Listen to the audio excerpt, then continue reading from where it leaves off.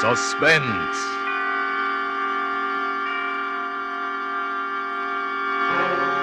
Autolite and its 60,000 dealers and service stations bring you radio's outstanding theater of thrills. Starring tonight, Mr. Edward G. Robinson in Anton Leader's production of The Man Who Wanted to Be Edward G. Robinson. A tale well calculated to keep you in suspense.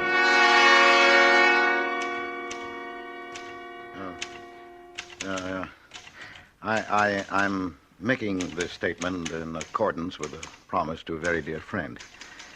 It's a complete statement in every detail, even including those matters which are to me personally most incriminating. Because my trust in my friend is such that I haven't the slightest concern on that score, or any other. What follows concerns primarily two persons. Myself, Homer J. Hubbard, and my wife, Ada Samsey Hubbard. Even when I was courting Ada, I was aware that hers was a strong and domineering personality, to say the least. And after we were married, well, at first I put up with Ada's constant nagging and petty persecutions as best I could. I put up with them for 20 long years. It wasn't until a memorable evening a little over a year ago that the first dim outlines of an escape and finally a plan began to take shape in my mind. You see, I never was much of a one for movies, but Ada and I had gone to see a picture called Little Caesar. It was a reissue, I think they call it, with an actor in it whom I'd never even heard of before. Oh, so you thought you rat on me, huh? Well, get this. Nobody rats on Little Caesar, see?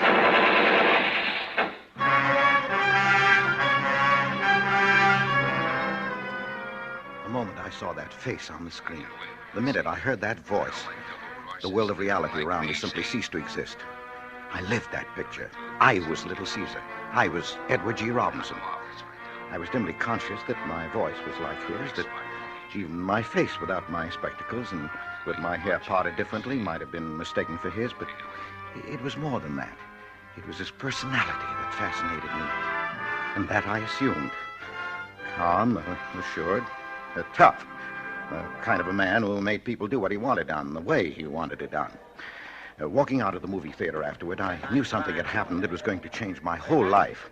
Well, there's a man. Yes. Little Caesar, they call him, and well they may. Yes. And that Edward G. Robinson, I'll wager he's no Caspar Milquetoast either. Yes, dear. Is that all you have to say? Well, yes, dear. What does it take to arouse a little enthusiasm in you, anyway? Well, Here you've seen a fine performance, a picture that'd get anybody in the world excited. That's and right. all you can say is, yes, dear. I wish you were half the man that Robinson is.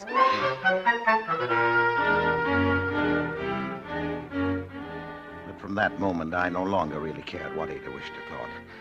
I'd begun my escape into a dream world of my own making, a world in which I was Edward G. Robinson.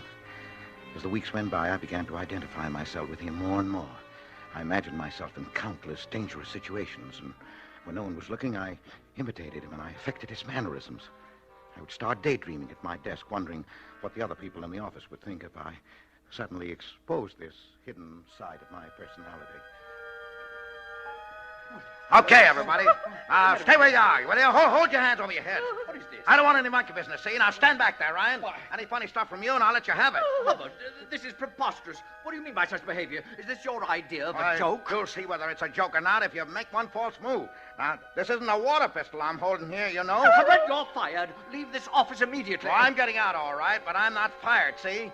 I'm leaving well heeled, and that's where you come in, Mr. Ryan. Oh, please, Hubbard, be reasonable. Now, shut up and do what I tell you. Keep your hands up in the air, will you? Walk over to that safe. Open it up. Get all the money out of it and put it right here on the desk in front of me. Now, get moving. I don't want to have any trouble with you, Ryan. I'm going to count 3, and if you're not moving when I finish, you'll never move again, see? 1, 2...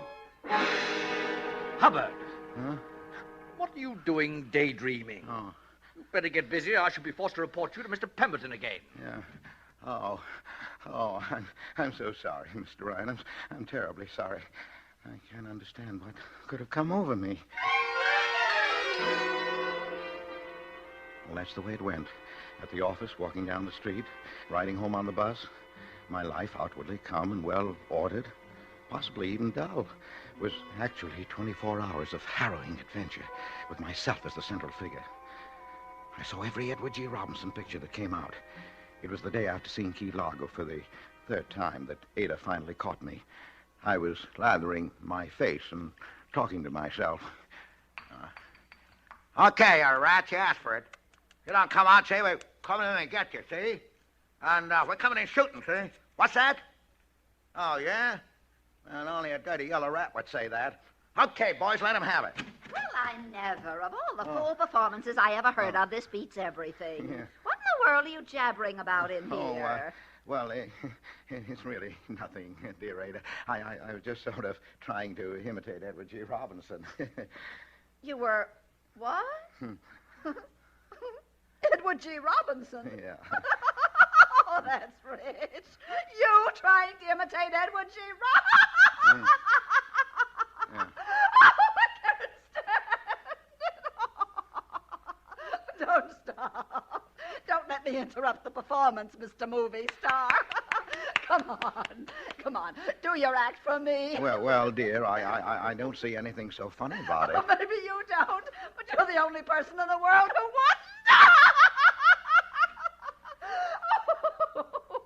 Oh, my. Oh, well, I'll leave you to your rehearsing. Why don't you imitate Eddie Bracken or Margaret O'Brien? I think you'd find it easier. It was right then that I decided to kill her.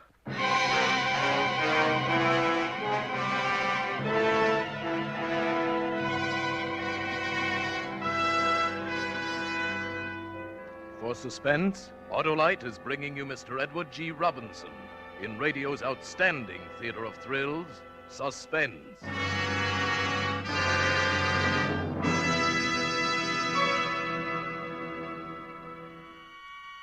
And now, Autolite brings back to our Hollywood soundstage Mr. Edward G. Robinson in The Man Who Wanted to Be Edward G. Robinson.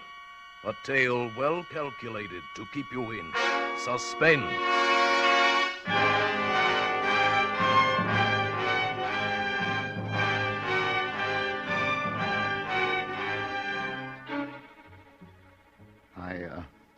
I might have decided to have mercy on her if she'd only let me alone. But Ada could never leave anyone alone. She ridiculed me at home and in front of our friends. Sometimes she'd let a few weeks go by without saying anything, and I would think that perhaps she had forgotten. No, Ada never forgot. She would wait until we were in a group of people, and then she would come out with it. Well, my dear, you mean I haven't told you about Homer's dream world? No. He thinks he's Edward G. Robinson. Edward. Oh, no. Do tell us, Mr. Homer G. Robinson, when do you think you'll be getting your next contract from Hollywood? Oh, you folks have got Homer all wrong.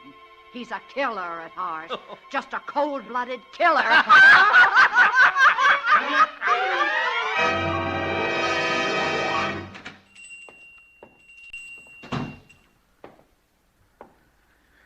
I want to buy a gun. Yes, sir. What kind of a gun? I don't know much about guns, but that one looks all right. Oh, yes. It's a nice little gun. Yes, isn't it? 2850. Do I have to have a license? Oh, not unless you're going to carry it on your person. Oh. Otherwise, we just register it for the police records under your name. Oh, yeah. What's the name?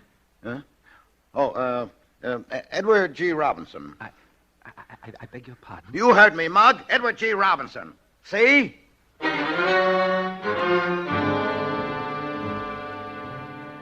had made my plans very carefully. My plan was that her murder would look like suicide. It would be a night when the moon was full, so that I could see a head on the pillow and aim carefully. I would fire the shot through the temple, quickly wipe my fingerprints from the handle of the gun, and then push it into her hand. And as the shocked and bereaved husband, I would call Dr. Wallace. The police wouldn't come until later, and when they did, I would be ready for them. I was so busy laying my plans that I hadn't been reading the papers and had to be told the big news. Homer? Oh, I beg your pardon. Mr. Robinson.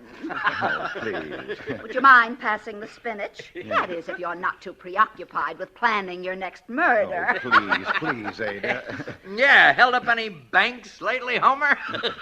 Here you are, dear. Oh, say, that reminds me, all kidding aside. Did you know that he's going to be here next week? Who? Edward G. Robinson. What? He's going to address the hobbyist convention. Oh, is that so? Yeah, sure. Well, I'd like to hear him. I would, too. Oh, I'd love to see what a real He-Man is like. Not just a poor imitation.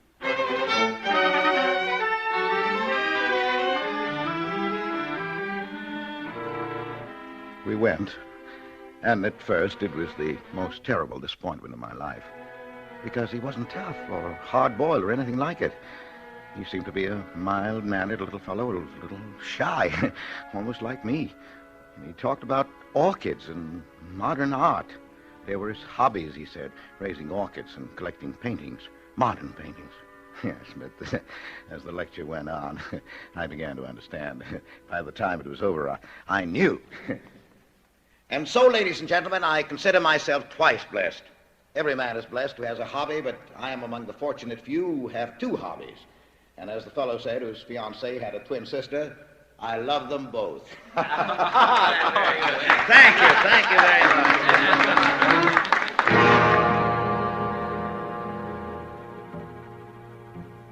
Later that evening, I made an excuse to get away from Ada and went down to the hotel where I knew Mr. Robinson was staying. I bribed the bellboy $1.75 to tell me which was his room. I went down the hall and knocked at the door of 708. Yeah? Western Union. Come on in. Just put it on the... Well, say, Western Union dresses their boys up pretty snappy in this town, don't they? I must apologize for adopting the subterfuge, Mr. Robinson, but I have something of the utmost importance to discuss with you, and I was afraid you might not see me since, well, we've never been formally introduced. Formally introduced? Why, that's all right. What is it, autograph? I'm afraid it's something a good deal more serious than that, Mr. Robinson. Yeah? Well, you caught me right in the middle of shaving, as you see, but if you don't mind my finishing the job while you talk, why, come right along inside. Tell me all about it. Thank you. Well, now, what's on your mind? Well, Mr. Robinson, I have a problem, and I feel you are the person best fitted in the world to tell me what to do. That's so. Well, what is the problem? Mr. Robinson, suppose, of course, this is purely hypothetical, but suppose you were going to kill somebody. Kill somebody?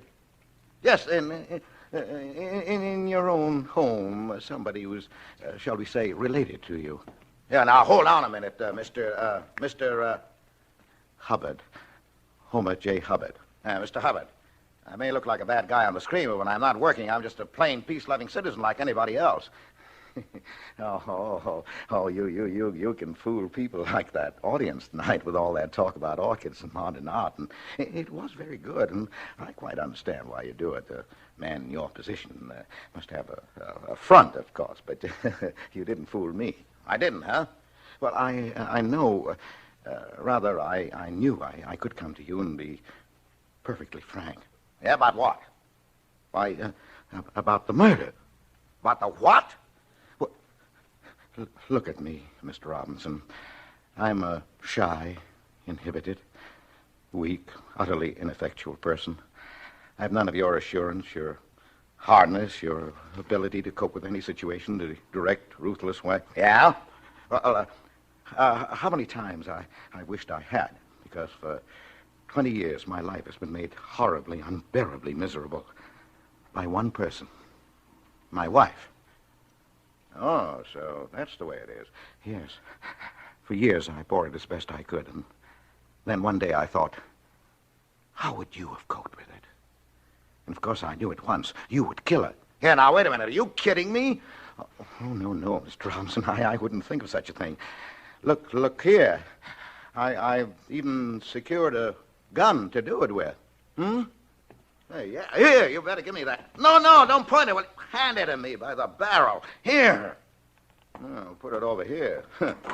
Safer, you know. Yeah, I must admit I know very little about firearms, and they're quite distasteful to me. Yes, you and me both. You, Mr. Robinson? Well, I mean, small arms like that. Of course, a Tommy gun, that's different. That's the only thing to use. Yeah, I suppose you're right. But I didn't know where to get a Tommy gun.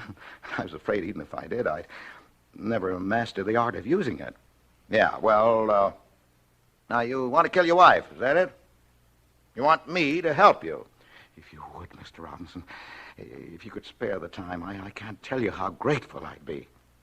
Yeah, well, you know, Mr. Hubbard, you look like a pretty nice little guy. Your wife must really be an old battle axe to have got you in a frame of mind like this. All right, now I'll tell you what I'll do. I will help you. Oh, Mr. Robinson. Yes, but it's got to be done my way, see? It's got to be done right. You got to plan these things. Yeah, now, take this gat, this little flea, for instance, that you got over there. That's no kind of a rod to kill your wife with. Why, the caliber is all wrong. The ballistics would be all wrong. Things would be on your trail just like that. Now, I got a gat home that's perfect for the job. Get me? I've knocked off Orson Welles, Jimmy Cag. Oh, I don't know how many guys with this. Now, the first thing when I get home, I'll send it to you parcel post, see? Would you, Mr. Robinson? Oh, sure. Now, when you get it, just lay low, see? Now, don't do a thing till you hear from me.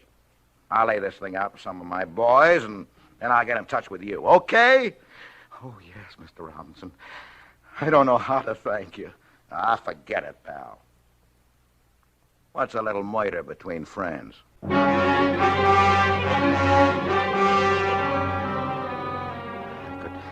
I could scarcely maintain my composure in the 2 days that followed. The second day, sure enough, the gun arrived. It was a great, heavy thing, the kind that's referred to, I think, as an automatic. Remembering its history, I handle it with the utmost care and reverence. I hid it in the garage where I keep my pipe that Ada won't let me smoke in the house.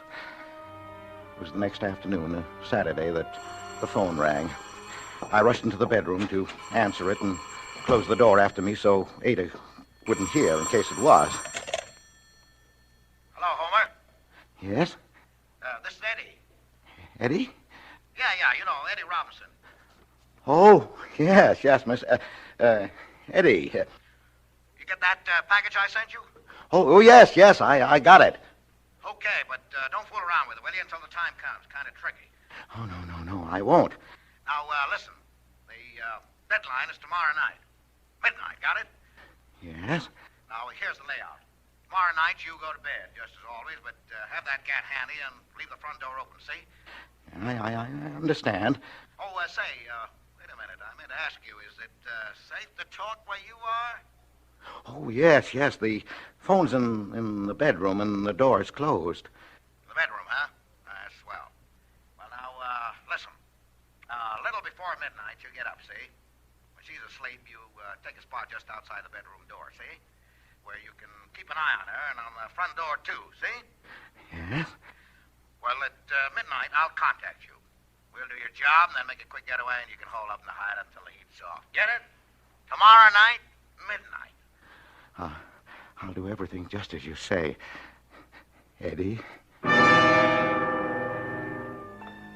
followed his instructions to the letter. Now, it seemed hours before Ada went to sleep that night. It seemed days until my watch finally crept around towards midnight. But at last, the time had come. I crept out of bed, got the gun out of my coat pocket, and took my position on the landing outside the bedroom door as he had told me to. And then suddenly the phone rang. The plan was ruined. Even Edward G. Robinson couldn't have foreseen this. I rushed back into the bedroom, hoping against hope that I could catch it before Ada woke up. But she already had the light on. Homer! What in the world are you doing prowling around at this time of night with a gun in your hand? Why, I thought I heard a burglar. Burglar? When I've answered this phone, I want to talk to you, Homer Jeremiah Hubbard. Yeah. Hello? Yes. What? Hmm? Oh.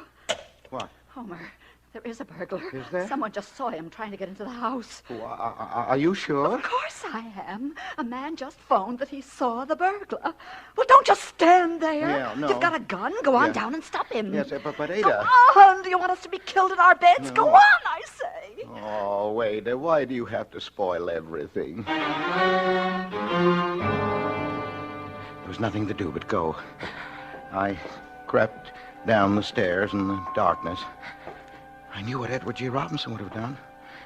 He would have gone down and captured the burglar without the slightest trouble and turned him over to the police after giving him the beating he deserved. But somehow I didn't feel much like Edward G. Robinson just then. It was at that moment that the terrible thought occurred to me that maybe it wasn't a burglar. Maybe this was Edward G. Robinson. I had no time to pursue the thought further. Let him have it! Suddenly, there was a barrage of shots and a confused yelling of voices. In my terror, I suppose I must have squeezed the trigger of my own gun because it began jumping in my hand. I tripped on something, and the next thing I knew, I was tumbling headlong down the stairs, and that was the last I remember.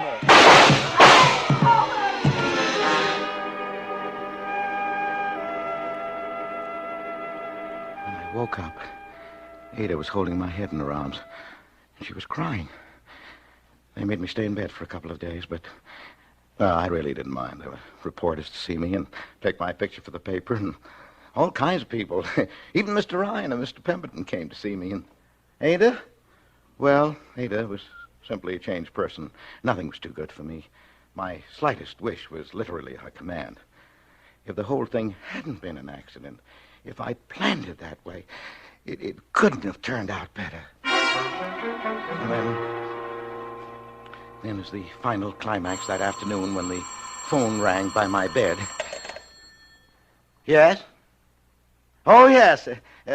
Eddie. You did, huh? Oh, nothing, really. Yes? Oh. Well, about that, things have changed. Oh, yes, they've changed quite a lot. I don't think we'll have to go through with it. Yeah, that's right. Oh, sure, she's right here. Just a minute. Eddie wants to talk to you, Ada. Eddie? Yeah, Eddie Robinson. Quite a pal of mine. You mean Edward G. Robinson? Oh, yes. We had quite a little chat that night. He was in town after I left you. He got pretty chummy. Here, go on. Hello? Oh, yes. Oh, yes, Mr. Robinson. Oh, I know he is. Oh, I certainly will, Mr. Robinson. Yes, I know. I'm very lucky. All right, Mr. Robinson. Goodbye. Oh, Homer, he knew all about it. He'd seen it in the papers. Yeah, so he said. And he said you were a hero. A real hero. Bigger than any movie hero that ever was. He did, huh? Oh, Homer. Well, if Eddie Robinson says I'm a hero, I guess maybe I am.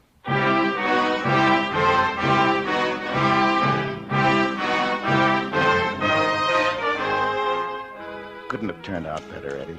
You know how grateful I am. I'm a regular little Caesar around town now, and my married life is all I've ever wanted to be. Of course, there are some things about the whole thing that confuse me a little. It has even occurred to me, I'll confess that you might have had more of a hand in it than was generally known, and that the gun you sent me might have contained blanks. I believe you called them, because in spite of all the shooting, there wasn't one bullet hole anywhere in the house. And the gun had disappeared, which confused the police somewhat, too, and the burglars might have been some of your boys playing a little joke. But I don't think you would do a thing like that to a pal, Eddie. Would you? I don't even think you would use the statement that you asked me to send you to hold over my head as a guarantee that I wouldn't try to kill Ada again. Now, not that I ever would. Yes, but even if you did all that, Eddie, I don't really mind. Because, as you might say yourself, what's a little joke between pals?